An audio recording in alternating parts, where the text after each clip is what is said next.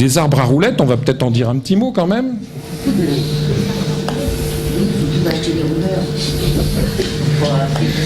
Parce que c'est quand même un bon exemple pour illustrer l'incohérence d'une démarche. J'ai lu aussi que j'étais un dictateur, que je me comportais comme un monarque, que je ne respectais pas la démocratie et que il fallait au Portel, vraiment, c'était impitoyable. Ben non, moi je vous rassure, on n'a pas de leçon à recevoir, on fonctionne de manière tout à fait démocratique, le conseil municipal, la ville est régie par des textes. Si je ne les avais pas appliqués, je peux compter sur mon opposition qui s'est jamais gênée pour saisir les tribunaux. Pour l'avoir fait, elle ne l'a jamais fait sur ce sujet. Nous avons des commissions, il y a des discussions entre les élus, d'opposition et de la majorité. On a même augmenté le nombre de la représentation des conseillers d'opposition dans nos commissions, parce que si vous vous rappelez, la dernière fois, il y avait 3 listes, et il y avait M. Copin qui avait été élu tout seul. Monsieur Copin, il ne peut pas se diviser en 10 commissions, c'est pas possible. Donc on a fait une répartition où il a eu plus de place et ça a été réparti au bénéfice aussi de l'opposition socialiste, communiste. Donc, au contraire, on pratique et on débat.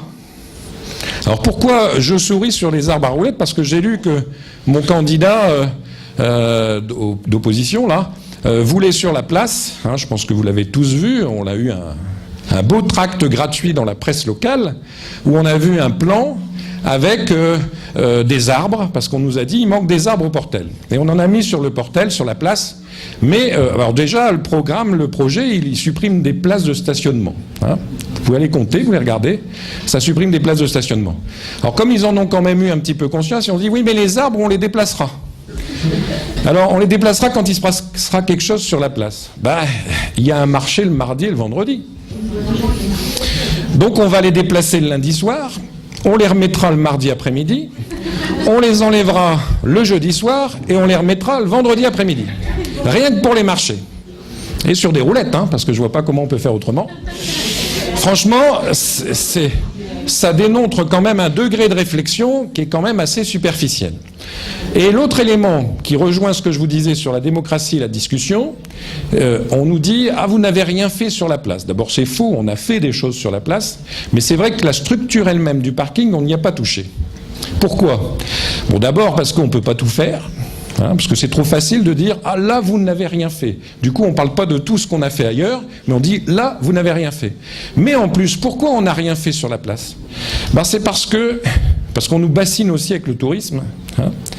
Quel est le point le plus important pour une station balnéaire au niveau touristique, comme le Portel? C'est que les gens puissent aller se baigner. Si demain, nous avons une pollution de la mer qui fait que nous serons baignades interdites, plage noire, vous savez, comme à côté, le tourisme, il en prend un coup. Or, le Portel a de gros problèmes de réseau d'assainissement. Nous avons une pollution qui s'accentue au fur et à mesure du temps qui passe, parce que de plus en plus, nous avons des eaux usées et des eaux pluviales qui sont déjà mal séparées et qui arrivent dans nos tuyaux. Mais si avec le Portel, ça irait. Mais l'eau, elle fait quoi? Elle suit la pente. Qui c'est qui est en haut de la pente? Voilà. Donc ça vient d'Outreau. Nous captons 90% du bassin versant d'Outreau, qui vient dans nos réseaux, qui arrive par la rue d'Outreau en grande partie, un peu sur le Petit Golfe et un peu sur les résidences rue du Général Saint-Martin. Qu'est-ce qu'il va falloir faire? On va devoir construire des piscines enterrées, des bassins enterrés. Si vous avez suivi les travaux rue du Général Saint-Martin, c'est ce qu'on a fait. Le parking de la médiathèque, où on a fait un grand trou. Si vous êtes passé un moment, vous avez vu. Bon. Parce qu'on y a mis un bassin. Pourquoi? Parce que quand on a des pluies, et vous savez le temps qu'on a au Portel, il fait toujours beau, mais il pleut de plus en plus quand même. Ça c'est le changement climatique. On a donc des pluies abondantes, elles arrivent à saturation, et elles arrivent où? Elles arrivent à l'entonnoir, qui a bien son nom. Il capte toutes ces eaux d'écoulement, et il faut les remonter par des pompes à la station d'épuration, qui elle est sur le plateau. Or, notre système de pompage est arrivé à ses limites.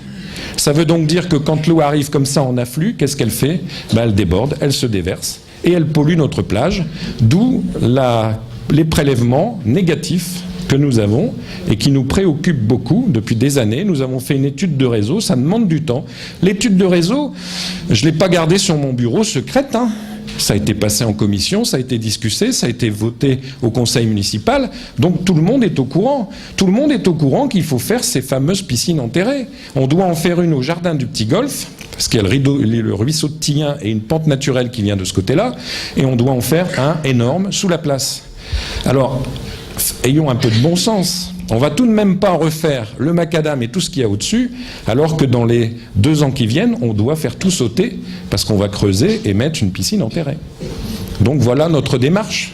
Et quand aujourd'hui on vient nous dire qu'il faut réaménager cette place, alors encore un petit clin d'œil, hein, remettre la rue d'Outreau en double sens. Oui, regardez le plan, vous verrez. Pourquoi on l'a mis en sens unique quand on est arrivé ? 3 établissements scolaires primaires sur une bande de 300 mètres, passage de bus, circulation à la sortie des écoles, plus l'axe, ça vient d'Outreau, c'est un axe très performant.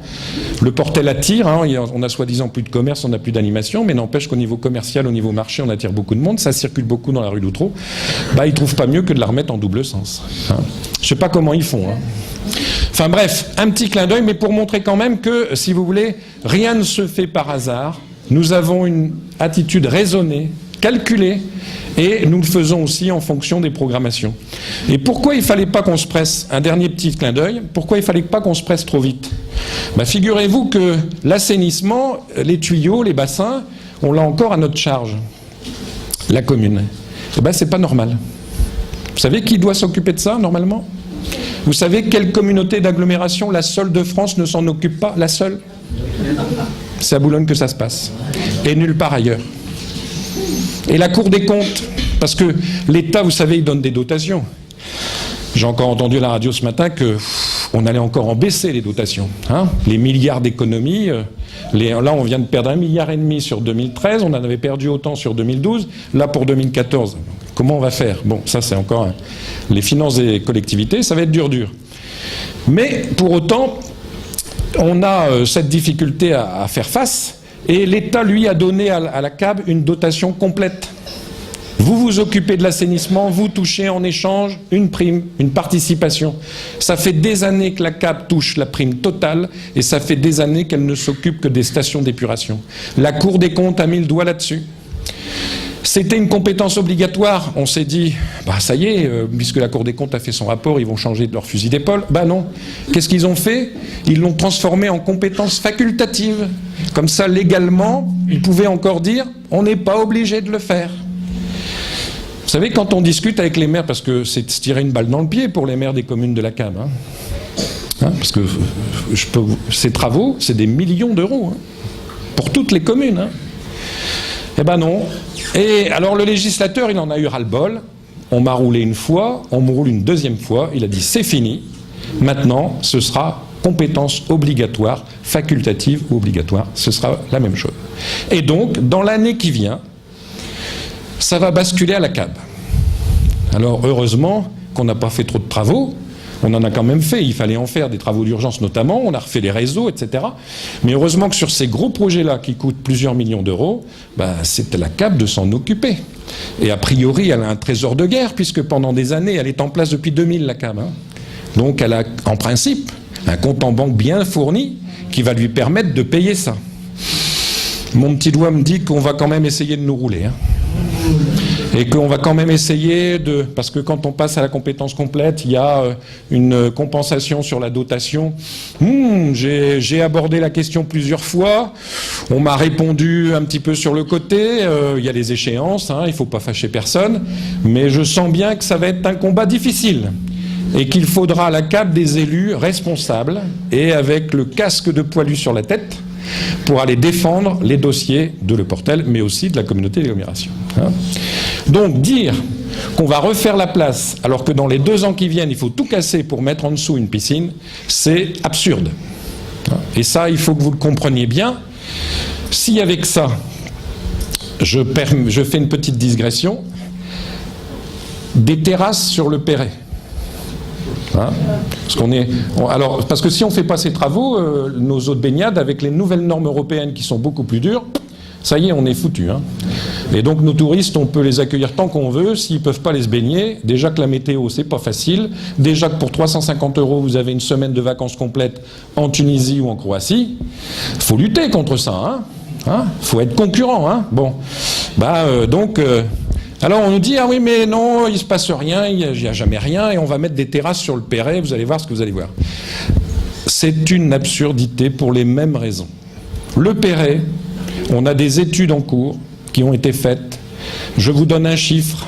Le Perret, vous voyez l'Épi ? L'Épi, le Perret, c'est cette falaise bétonnée jusqu'au camping. Vous voyez, c'est une distance relativement courte. On doit le refaire complètement. Coût de l'opération, 2,4 millions, hors taxe. On va aller chercher des subventions, hein, on ne va pas tout payer, heureusement. Mais quand même. Et pourquoi on doit le refaire? Parce que derrière, alors c'est pas l'action vraiment de la mer, même si en bas, ça lamine un peu, mais c'est aussi le ruissellement. C'est le principal problème d'une falaise, c'est le ruissellement. Donc on doit refaire tout le captage des eaux souterraines qui sont derrière cette falaise, de façon à ce qu'elle ne bouge pas, et de façon à ce que le Perret ne bouge pas. Et on nous explique gentiment que alors vous voyez le coût déjà, rien qu'à faire ça. Et en plus on nous dit, on va mettre des pieux dedans, on va mettre des terrasses, et puis vous allez voir ce que vous allez voir. Non. D'abord ça va coûter un prix fou, et en plus ça va saboter le travail. Donc il est hors de question de mettre des terrasses sur le Perret, pour ces raisons techniques. Mais une autre raison, c'est que nous sommes classés plan de prévention des risques, PPR falaise. L'État, dans sa grande bonté, et un jour il a pris la carte de France, et puis il a dit toutes les falaises en rouge. Alors, en rouge, ça veut dire quoi? Ça veut dire qu'on n'y touche pas, on fait rien, et on bétonne pour que ça bouge pas. Hein? Alors vous imaginez, vous allez voir le préfet, puis lui dire, déjà, monsieur le préfet, on veut des sous pour faire le Perret, mais on en voudrait encore pour faire des terrasses qui vont abîmer l'ensemble et qui vont avoir un point portant, et vous allez nous donner encore des sous en plus. Hein? C'est impossible. Il n'y aura pas l'autorisation de faire ces travaux. Elle sera refusée. Il faut que vous sachiez que les riverains qui habitent et qui ont fondé une association, qui habitent sur la falaise, si leur maison brûle, ils n'ont pas le droit de la reconstruire, officiellement. Bon, après, heureusement, il y a des arrangements. Et nous, si on a fait cette étude, c'est pour prouver à l'État qu'on va faire les travaux nécessaires et que du coup, on veut faire sauter cette interdiction, notamment pour nos riverains, il y en a quand même à peu près 110, c'est pas rien. Eh bien, si eux déjà, ils n'ont pas l'autorisation de même un petit cabanon de le refaire, vous imaginez quand on va aller les voir en disant on va mettre des puits, on va mettre des terrasses. Qu'est-ce que va dire l'État? Et je pense que vous avez assez d'informations aujourd'hui sur les cataclysmes qui arrivent sur les zones plus basses pour vous dire qu'en ce moment, de l'argent à dépenser pour nous protéger des subversions marines, il va en falloir. Beaucoup. Et on n'est pas la région la plus exposée, nous, le Portel. Parce qu'il y a aussi un plan de prévention des risques, plage. Et si vous regardez la carte de France avec la montée du niveau de la mer,